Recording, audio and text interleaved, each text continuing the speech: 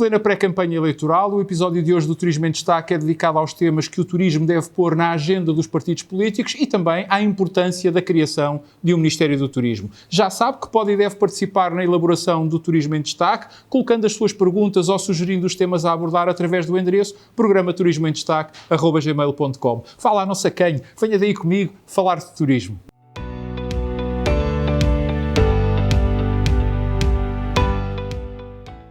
Com o início dos debates televisivos e também com a promoção de almoços de debates entre os dois candidatos a primeiro-ministro por parte da Confederação do Turismo, é natural que o interesse da comunidade turística nacional venha aumentando sobre aquilo que será, do ponto de vista político, o futuro da atividade, dado que, como veremos adiante, há muitas e importantes decisões que a atividade aguarda. E por tudo isto não é de estranhar que me tenham chegado muitas mensagens, muitas perguntas para abordar este tema, dirigidas ao endereço que está aqui a passar em rodapé, programa turismoemdestaque@gmail.com, perguntas essas e sugestões essas que naturalmente agradeço. E já agora aproveito para sublinhar que para usar e abusar deste endereço, programa turismoemdestaque@gmail.com, porque a sua participação é para mim muito, mas mesmo muito importante, como também é sempre muito, mas mesmo muito bem-vinda.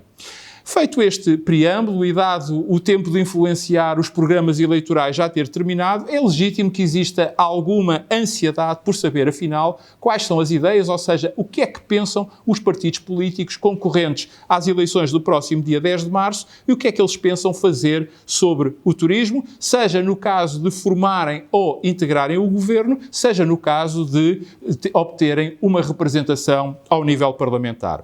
Mas quanto a mim, muito, mas mesmo muito mais importante do que isto, e isto já de si não é despiciente, é sabermos quais os temas que durante a pré-campanha eleitoral e depois durante a própria campanha eleitoral o turismo deve colocar em cima da mesa e não deve deixar que arrefeçam para, de alguma forma, conseguir até influenciar o programa do futuro governo, uma vez que, como nós sabemos, findos as eleições, não raras vezes os programas eleitorais são completamente esquecidos, sobretudo por quem as ganha. E digo sobretudo isto por duas grandes ordens de razões. A primeira é que se não for o turismo a fazer por si, seguramente ninguém o fará. E a segunda é que quem está na atividade, melhor do que ninguém, conhece os seus constrangimentos, os seus desafios, os seus problemas, as suas ameaças, mas também as suas oportunidades e os caminhos que a mesma deve trilhar para progredir e para se desenvolver, e por isso tem a obrigação de apresentar e até confrontar, isto, claro está, no bom sentido do termo, aqueles que potencialmente irão dirigir o país, seja no governo, seja no Parlamento, com aquelas que, no seu entender, são as melhores soluções.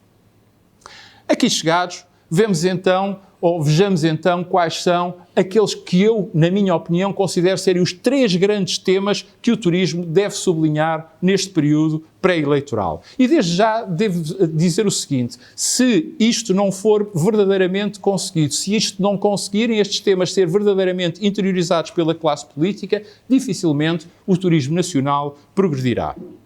Vamos então ao primeiro tema, que no fundo é aquele que acaba por justificar todos os demais, que é, no fundo, fazer explicar e fazer compreender à política e aos políticos, afinal, o que é o turismo. E o que é que eu quero dizer com isto?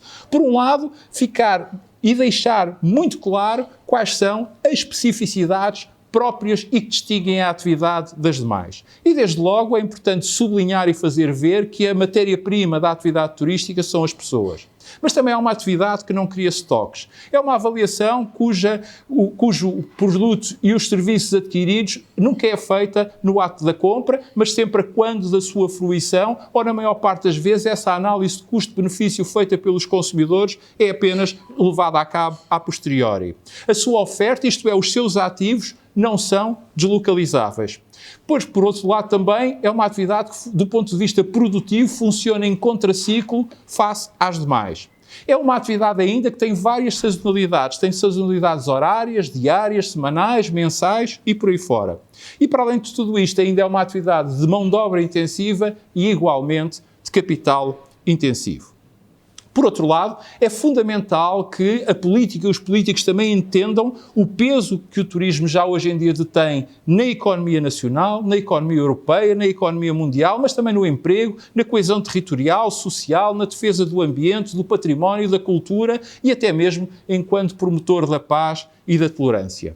E dá-me só 2 pequenos exemplos no caso de Portugal, que para sublinhar que 1/5, ou isto é, 20% do total das nossas exportações são compostas por produtos e serviços turísticos, com uma enorme vantagem. É que o seu consumo, o consumo dessas exportações, tem obrigatoriamente que ser feito em Portugal, isto é, dentro de portas. O que me leva a uma segunda nota, que é o enorme efeito multiplicador que isso gera e que o turismo induz nas demais áreas da economia.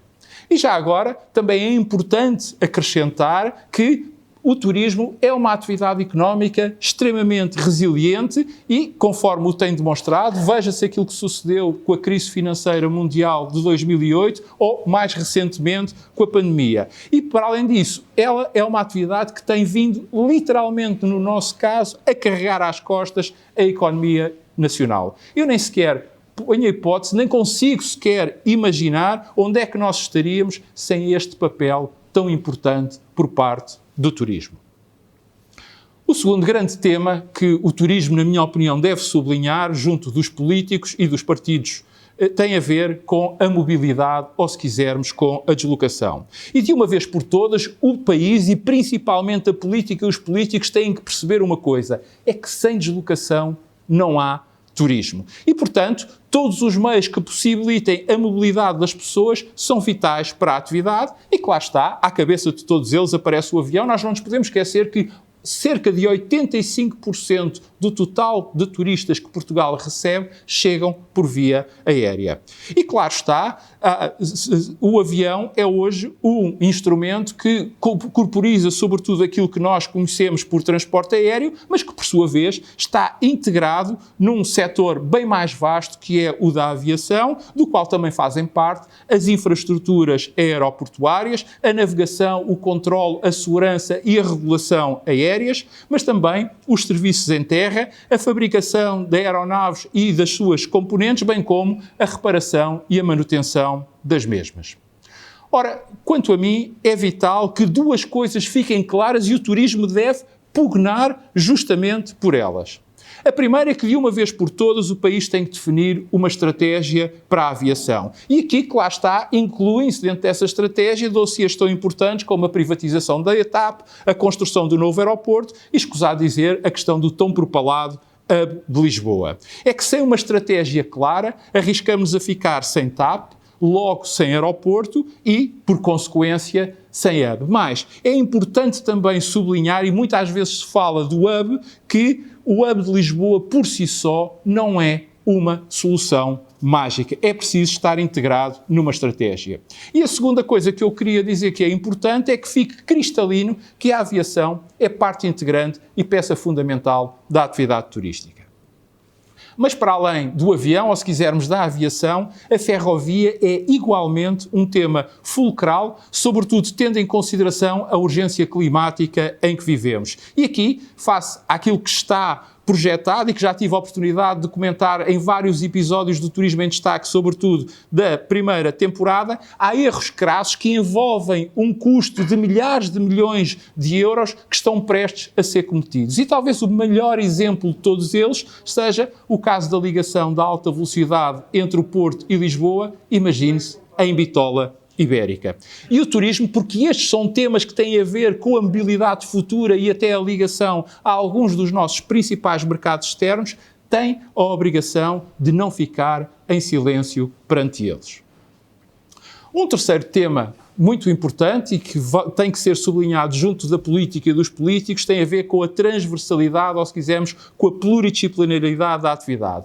Pelo facto de ela ser uma área da economia profundamente humana, mas igualmente indissociável do território, que tem na sua gênese, ou melhor, no seu genoma, os ativos naturais e histórico-culturais e que constantemente interage com todas as demais áreas da nossa vida política, económica e social, do ambiente à cultura, da saúde à segurança, da representação do país no mundo à fabricação de materiais, da energia ao comércio e podia aqui continuar, para além, claro está, também de ser importante termos noção que estamos a falar de uma atividade económica relativamente jovem se comparada com as demais e, por isso, a mesma deve ser tratada de um modo distinto. Só que para ser tratada de um modo distinto, ela tem que vincar as suas diferenças, tem que vincar as suas especificidades, tem que vincar as suas características próprias, tal como eu comecei por referir. Logo, faz todo o sentido que se bata pela existência, neste caso, não será uma recuperação de algo que já existiu, que é uma comissão parlamentar de turismo, alguém que na Casa da Democracia trate exclusivamente da atividade turística, onde possa, claro está, ter interlocutores que falem a sua própria língua e que não a confundam com mais uma área da economia igual às demais.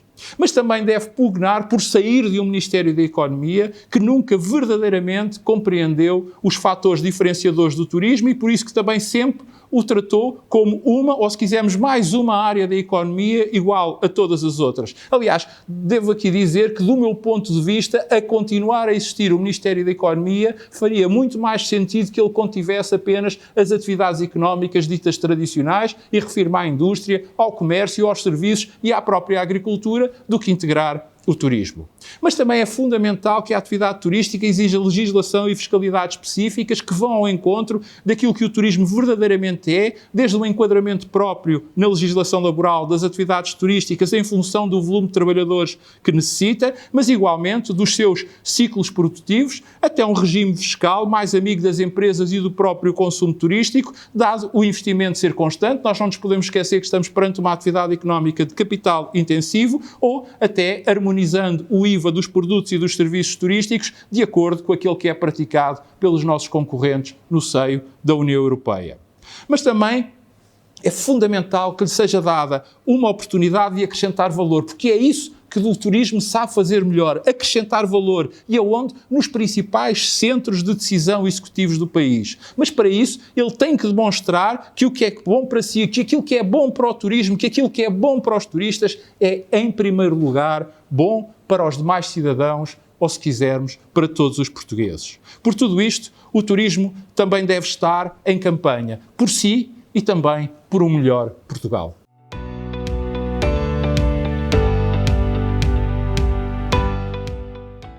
Antes de responder à questão se é ou não crucial a criação do Ministério do Turismo, quero dar aqui duas notas muito rápidas. A primeira para dizer, e aqueles que me acompanham e que me conhecem há mais tempo já o sabem, que eu defendo a criação do Ministério do Turismo há mais de 3 décadas. Portanto, devo dizer que neste aspecto e na resposta concreta a esta pergunta sou suspeito e por isso aqui deixo desde já a minha declaração de interesses. E a segunda é porque muitas das razões que justificam esta minha posição acabei de as expor e de as explicitar na resposta à pergunta anterior.